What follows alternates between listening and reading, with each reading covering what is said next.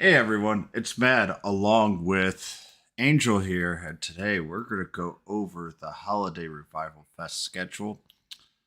So stay tuned and see if there's anything that you should be pulling or you should be just waiting for the next units in Dragon Quest 6.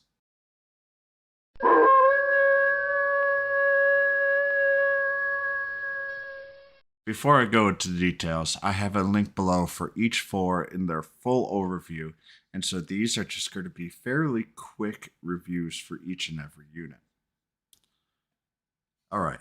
So we have four units overall, or sorry, four banners overall that are going to last exactly for one day. So these are going to come very quickly. The first one is going to be Malroth, then Overkilling, Manslayer, Psaro, Manslayer, and Grandmaster Nimzo. They're going to start at tomorrow. Sorry, the 23rd, then 24th, then the 25th, and the 26th, all at around 10 p.m. Eastern Standard Time time frame, or 9 actually, according to this. So they will even come a little later than normal. And so if you are interested in these, make sure that you don't miss out because these are all random time and very limited time. And this will at least give you an initial idea if you do want to buy or kind of just want to go skip. So let's get going. Malroth is our first one here. Uh, Very good unit, but I'm just going to kind of start off here. I think unless if you are desperately missing something, each of these units for something, Nocturnus is going to be your first unit that you're looking for, and that will be coming up very, very soon in global. And when I mean soon, it could be coming up basically at the end of these banners or somewhere very, very close to that point. I expect him on Sunday. All right, so his leadership effect, reducing enemy zap resistance by 25%, is actually very useful for a leadership effect. The big thing that I really like about this is Malroth is a very good PvE unit. And in all fairness, now, in this game, none of these units are absolutely fantastic arena units, but Malroth can be a very annoying defense unit because his ability is if a unit dies, he gets a very unique skill where he gets sacrificial right. And the sacrificial right is basically just the ability to heal his HP and MP if another unit dies within your group. So he has the ability to use Ego Spark very, very often and very, very strong. It's also Lightning Storm in Global here, which gives him the ability to regenerate and is a very good PvE unit.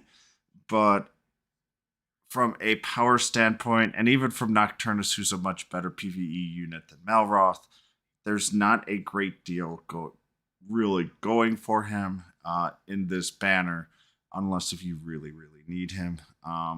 He does have the ability, though, to put sleep, poison, dazzle to everybody, so he is a debuffer. This is very, very important, and even his big skill, Thunder Spark or Ego Spark, can paralyze as well. So very, very strong unit. Um, and can blind and stun as well. Huge debuffer, good PvE unit, but all in all, not a huge fan at this current time.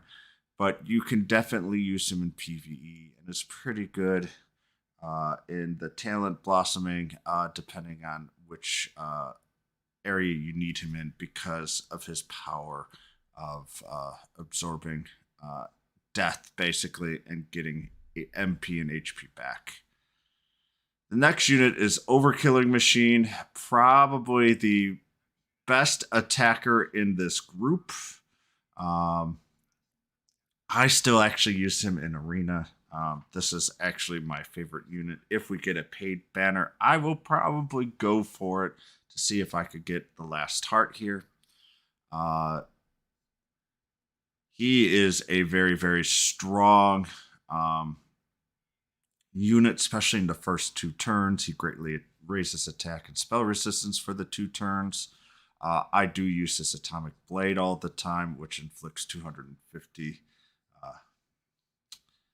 frizz power, and I have it maxed. Crossbow is another one, and land impact. I actually use all 3 of his skills. Very well built unit. His big issue is that his leadership effect really only helps him and the other killing machines. Now, good news is Uber Killing Machine will be coming out fairly soon as well, and I do mean fairly. Might be at the end of January, February timeframe. So very, very strong unit. I still haven't finished with Hunter's Bow, but very, very close. The Awakening skill is great. As I say, I'm not going to go through these in great detail. If you are looking for an organic family and the Overkilling Machine, I can actually sense that this unit's one of the few units that's kind of there. Nocturnus is still better. And in all fairness, Nocturnus is going to be better than all of the units that we're talking about.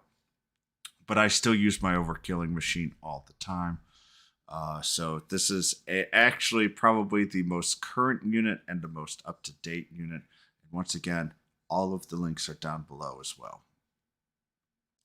Psaro is the next unit. Psaro was basically the Nocturnus of the first half of the year, or first half of the game. Psaro is one of the units that I went very, very hard for. His unique ability was great where he reflected magic. He also reduces enemy bang resistance by 25%. Very, very useful skill. This instant bounce is huge, but you could see he's kind of fallen by the wayside. I haven't even gotten him to rank 7 yet, so he's not at 120. His real strength is using Atypical Magic Fist, which brings enemies 2 squares to him, and Tenma Collapse, which is now called Demonic Devastation. Instead of Atypical Magic Fist, it's Grotesque Fisk. These both are still fairly powerful. The big problem with Psaro is he can be one-shot. He is no longer the big baddie that was that he used to be. He is definitely one of those units now that if you're facing against a magic team, he can still be useful in PvE, but he is very niche. Unless if you just want him for CP or if you just missed him and you want him. This is one of those really, really easy skip units at this point in time. Finally, we have Grandmaster Nimzo. And this is actually one of those units that I really should be putting more focus into, but I haven't. His main perk is whenever the user defeats an enemy, restores the user's HP. You go, this is really, really strong. But he's not an attacker, but he is a very, very good debuffer, even though he only has 1 debuffing skill. His leadership effect increases Fizz attribute breath power by 20%. Has uses, but it's not the greatest use. He is not a arena unit at all. His goal is to make battles last very, very long. He is an incredible PvE unit because Makai Fog greatly lowers attack skill and power of all enemies with high probability. Using him along with his tankiness is kind of the main goal with a lot of things. He can also counterattack with his ball, and if you get lucky with his perk, when you defeat an enemy, you can restore the HP. All in all, though, if we're going to be pulling for one, I think Nimzo is the one that's probably most likely to be pulled for because of the skill. But really, just going to talk about this in general. Uh, this Revival Fest schedule is kind of at a horrible time. Nocturnus is coming, guys. And so without this, if you're willing to spend and you really, really want a unit, these are probably going to be decent values, quote unquote, for getting a unit. But from a unit value itself, I would say, other than maybe Nimzo and or Overkilling Machine, because with Overkilling Machine is still a very useful unit. These are fairly easy skips. Each of the links down below are going to give a much more in-depth unit review for you guys if you want to revisit and learn everything. But most importantly, I really hate repeating, Nocturnus is coming. This is going to be the unit that's going to be very, very strong and still theoretically the strongest unit in the game. Psaro used to be that. And now has been overtaken. Nocturnus has not been overtaken yet. So please save your gems, unless if you really, really need this for a specific content.